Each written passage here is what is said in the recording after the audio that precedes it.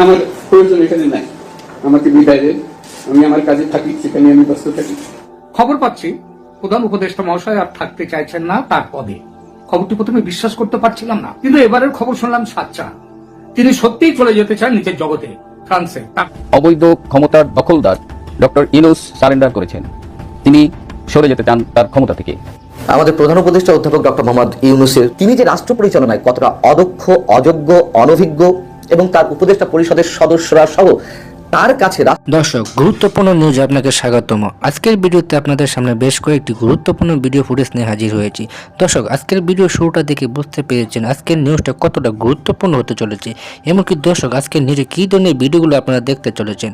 তো দর্শক, যারা এই ভিডিওটি এখন প্লে করেছেন তাদের উদ্দেশ্যে বলবো ভিডিওটি না টেনে সম্পূর্ণ ভিডিওটি মনোযোগ সহকারে দেখবেন, তাহলে বিস্তারিত বিষয়গুলো আপনারা বুঝতে পারবেন। তো দর্শক, আর কথা না বাড়িয়ে আজকের ভিডিওটা দেখে আসি।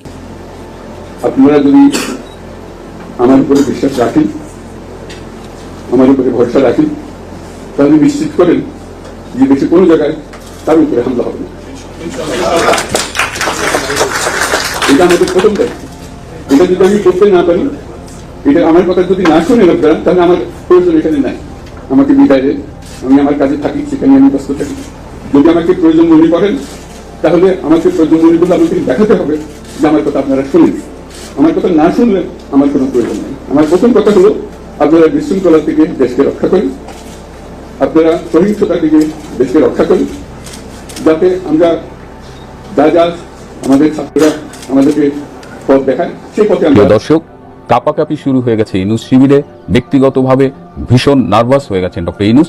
কত আশা, দেশবাসীকে কত আশ্বাসের বাণী শুনিয়ে তিনি ক্ষমতা দখল করলেন, কিন্তু কি হলো? ব্যবসা বাণিজ্যে ধস, গার্মেন্টসে ধস, ফ্যাক্টরি জ্বালায় পোড়ায় দেওয়া হলো, শিক্ষা প্রতিষ্ঠানে শিক্ষকদের অপমান করা হলো, পুরো শিক্ষা ব্যবস্থায় ধস নামানো হইলো, অটোপাসের ব্যবস্থা করা হলো। আজকে নতুন বছর বই দিতে পারতেছেন না। আজকে আইন শৃঙ্খলা পরিস্থিতি একদম তলানিতে, মানুষ রাত হলে রাস্তায় বেরোতে সাহস পায় না। অর্থনীতির সব সূচকে বাংলাদেশ এখন নিম্নগামী। ডলারের আর টাকার যে বিনিময় হার, সেটাও ডলার অনেক স্ট্রং হচ্ছে, টাকার মান ফল করতেছে, কোথাও কোনো সাফল্য নেই। আপনি বিরোধী রাজনৈতিক দল, বিশেষ করে আওয়ামী লীগের যেভাবে নির্যাতন নিপীড়ন করছেন, কোথাও নাই। এবং এখন কিন্তু আওয়াজ দিচ্ছে যে ক্ষমতা ছেড়ে আমি আমার আগের কাজে ফিরে যাব, সেই ভিক্ষুকের মতো আর কি। বাংলাদেশের 12টা বাজিয়ে তিনি আজকে চলে যাওয়ার কথা বলছেন। সম্প্রতি তিনি একটা মিটিং করেছেন এই ছাত্র সমন্বয়কদের সাথে, সেখানে তিনি বলেছেন যে তোমরা একটা নতুন প্রধান উপদেষ্টা খুঁজে নাও, আমি আর পাচ্ছি না। কি মামা বাড়ির আবদার আর কি, মানে দেশটার 12টা বাজায় এখন উনি ছাত্র সমন্বয়কদের বলছে আমি পাচ্ছি না। তার কাছের কিছু মানুষের সাথে আমার যোগাযোগ আছে, আমার কথা হয়, তো তারাই আমাকে বলেছে যে ডক্টর ইউনূস ভীষণ নার্ভাস হয়ে পড়েছে। তিনি এখন মাঝে মধ্যেই প্রলাপ বকছেন, স্বগতোক্তি করছেন। তিনি বলছেন যে আমার উপদেষ্টা পরিষদ গঠনটা ঠিক হয়নি, আমি যদি সব দল নিয়ে এই একটা জাতীয় সরকার করতাম, সবাই মিলে 1-2 বছরের মধ্যে রাষ্ট্রের কিছু মৌলিক সংস্কার করে আমরা যদি একটা নির্বাচন দিতে পারতাম। আবার তিনি কখনো বলছেন যে আওয়ামী লীগকে এভাবে নির্যাতন করলাম, এটা বোধহয় ঠিক হলো না, যে এরকম নানা রকমের কথা বলছেন। আমাদের প্রধান উপদেষ্টা অধ্যাপক ডক্টর মোহাম্মদ ইউনূসের প্রতি শ্রদ্ধা রেখেই বলছি, তিনি যে রাষ্ট্র পরিচালনায় কতটা অদক্ষ, অযোগ্য, অনভিজ্ঞ এবং তার উপদেষ্টা পরিষদের সদস্যরা সহ তার কাছে রাষ্ট্র পরিচালনা যে একটা রান্নাবাটি খেলার মতন একটা বিষয়, সেই বিষয়গুলো নিয়ে আলোচনা করব। আমাদের সিনিয়র সাংবাদিক নিউজের সম্পাদক নুরুল কবির তার একটি সাক্ষাৎকার নিয়েছেন তার ভিত্তিতে। এবং সাংবাদিক নুরুল কবিরের সাংবাদিকতা নিয়ে তো আমাদের কোনো প্রশ্ন নেই নিশ্চয়ই, তাই না? বরং তার সাহসিকতা নিয়ে আমরা বিভিন্ন সময় আলোচনা করি। তিনি অনেকটা ঠোঁটকাটা স্বভাবের, এবং সেই ঠোঁটকাটা স্বভাব থেকে তিনি ঠোঁটকাটা যে প্রশ্নগুলো করেছেন তার উত্তর থেকে এত সিরিয়াস আলোচনার মধ্যেও আমরা অনেকখানি হাস্যরসের সন্ধান খুঁজে পাব। রাষ্ট্র পরিচালনা মনে হচ্ছে কোনো বিষয় না, এটি এক ছেলে খেলা। তো এর মধ্যে অনেক বিষয় উঠে এসেছে। দ্রব্যমূল্য কেন নিয়ন্ত্রণ করা যাচ্ছে না, এনজিওগ্রাম সরকার, যেটি এখন মানুষের মুখে মুখে একটি প্রচলিত শব্দে পরিণত হয়েছে। ছাত্রদের বিষয় নিয়ে তিনি প্রশ্ন করেছেন এবং বাজার নিয়ন্ত্রণ নিয়ে তিনি প্রশ্ন করেছেন। উপদেষ্টা পরিষদের অধিকাংশ সদস্য এনজিও থেকে এসেছেন এবং বাদবাকি চট্টগ্রাম থেকে এসেছেন। তার বাড়ি যেহেতু চট্টগ্রামে, ডক্টর মোহাম্মদ ইউনূসের, সেই জায়গা থেকে তার পরিষদের সদস্যদের মধ্যে অভিজ্ঞতা কোনো অভাব আছে কিনা সেই প্রশ্নে ডক্টর মোহাম্মদ ইউনূস বলছেন আমার নিজের কোনো অভিজ্ঞতা নেই।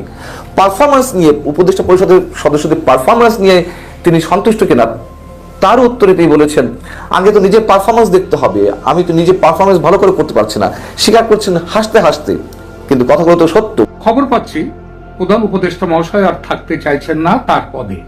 খবরটি প্রথমে বিশ্বাস করতে পারছিলাম না, ভাবছিলাম বাংলাদেশের রাজনীতি যেভাবে গুজব সর্বস্ব হয়ে উঠেছে, ইউনূস সাহেবের এই চলে যাওয়ার খবরটি তেমনই এক গুজব। বিশেষ করে সে দেশের সোশ্যাল মিডিয়া গত 5 মাসে কমসে কম 50 বার ব্রেকিং নিউজ দিয়েছে প্রধান উপদেষ্টার চলে যাওয়ার ব্যাপারে। পরে দেখেছি তিনি যাননি, তিনি বহাল আছেন যমুনাতেই। কিন্তু এবারের খবর শুনলাম সাচ্চা, তিনি সত্যিই চলে যেতে চান নিজের জগতে, ফ্রান্সে, তার বাড়িতে। এবারের খবরটি সত্যি হতে পারে, তার নাকি বেশ কয়েকটি বিশ্বাসযোগ্য কারণ আছে।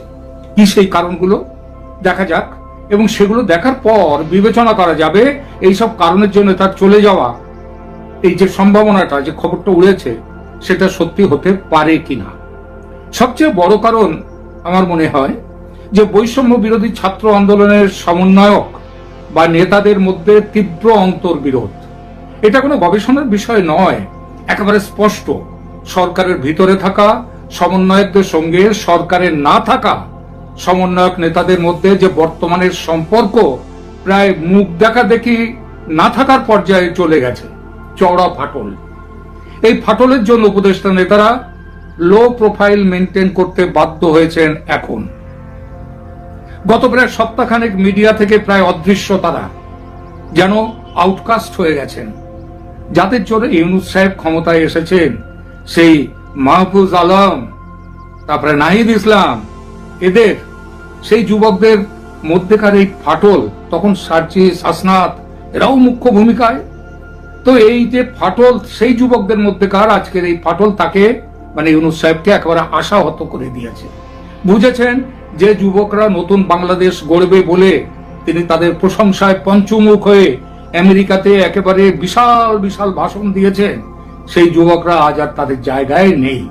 দেশবাসীর কাছে আমার আবেদন, আপনারা যদি আমার উপরে বিশ্বাস রাখেন, আমার উপরে ভরসা রাখেন, তাহলে নিশ্চিত করেন যে দেশে কোনো জায়গায়